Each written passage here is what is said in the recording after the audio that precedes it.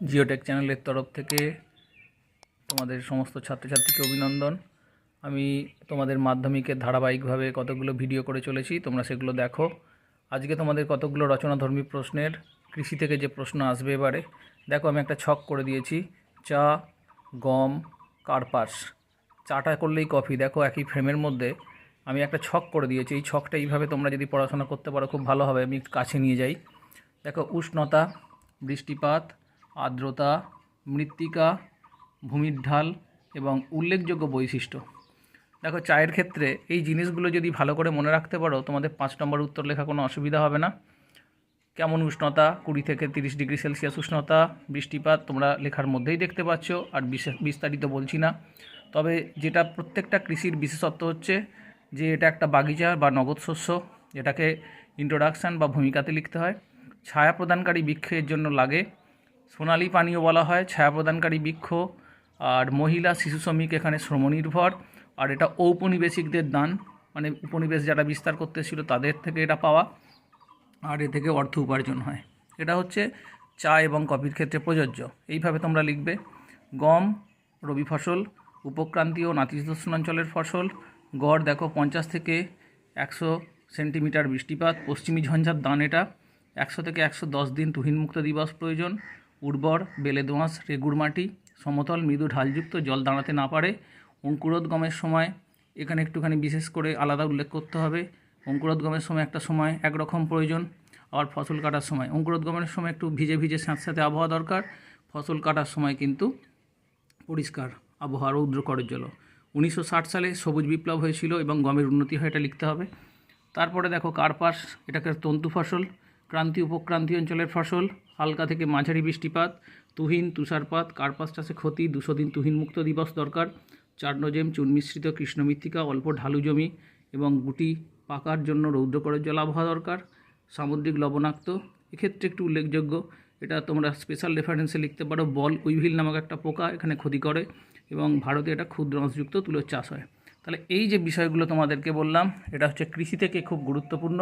এই ছকটা যদি করতে পারো তোমাদের কিন্তু খুব উপকার হবে। এবার আমি পরের ভিডিওতে যাচ্ছি।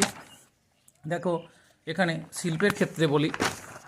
শিল্পের ক্ষেত্রে দেখো যে পূর্ব ভারতে বা মধ্য ভারতে, পূর্ব মধ্য ভারতে ছোটনাগপুর মালভূমিতে লোহা ইস্পাত শিল্পের কেন্দ্রীভবনের কারণ, এটা একটা ভূমিকা আমি লিখেছি।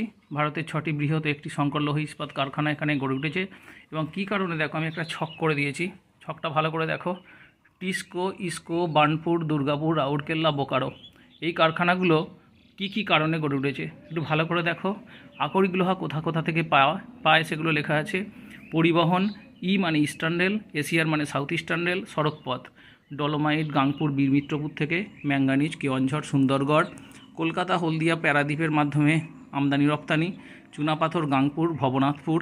জলবিদ্যুৎ ইত্যাদি। তোমরা ভালো করে এটা ভিডিওটা দেখলেই তোমরা বুঝতে পারবে। এইভাবে তোমরা ছক করে ভারতের একটা মানচিত্র অঙ্কন করে জাস্ট লোকেশানগুলো দেখিয়ে দেবে, তাহলে কিন্তু উত্তরটা কমপ্লিট হয়ে যাবে।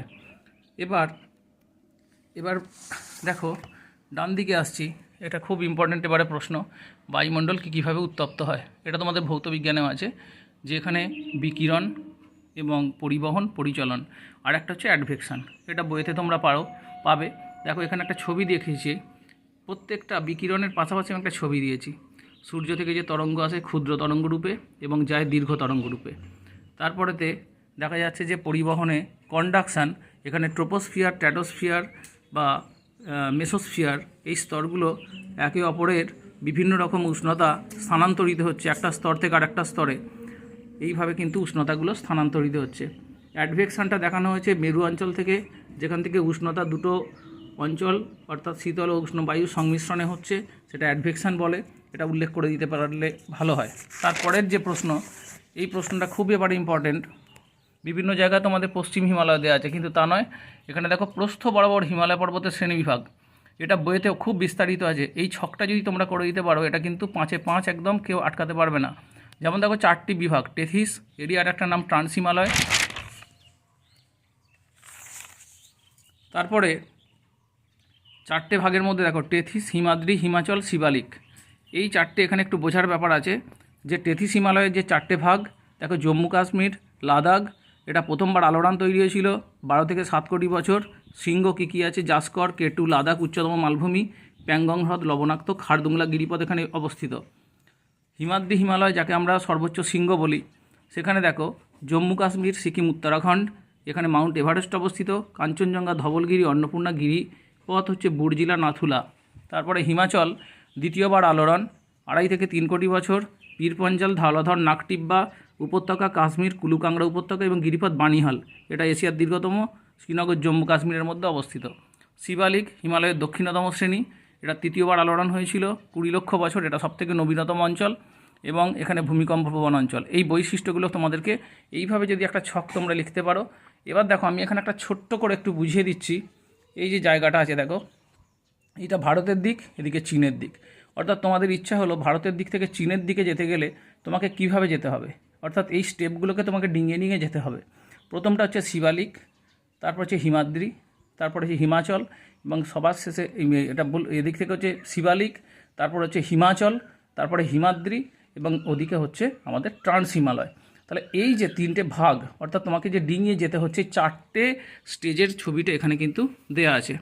তেথিস হিমালয় হচ্ছে তিব্বতের দিকে, তারপর হচ্ছে হিমাদ্রি, তারপরে হিমাচল এবং তারপরে আমাদের শিবালিক। শিবালিকটা হচ্ছে আমাদের দার্জিলিং যে হিমালয়, অর্থাৎ এই জায়গাতে যে আমরা যে রেঞ্জের মধ্যে আছি সেটা হচ্ছে শিবালিক। তাহলে এই শিবালিক বা অবহিমালয়ের নাম এটা খুব আসার চান্স আছে, এই জন্য আমি তোমাদেরকে এখানে দিয়েছি। ভালো করে ভিডিওটা তোমরা স্কিপ করবে না, দেখে দেখে যাবে এবং এইভাবে যদি ছকে লিখে দিতে পারো তোমাদের কিন্তু খুব সুন্দর অ্যান্সার হবে। আজকে এই পর্যন্ত। পরবর্তী ভিডিওগুলো লাইক করো এবং সাবস্ক্রাইব করো, তাহলে তোমরা আরও পরবর্তী ভিডিওগুলো দেখতে পাবে। তোমাদের পরীক্ষা কিন্তু বেশি দূর নেই, যেগুলো রচনাধর্মী দিলাম তোমরা ভালো করে করো, তার ফল তোমরা পাবে।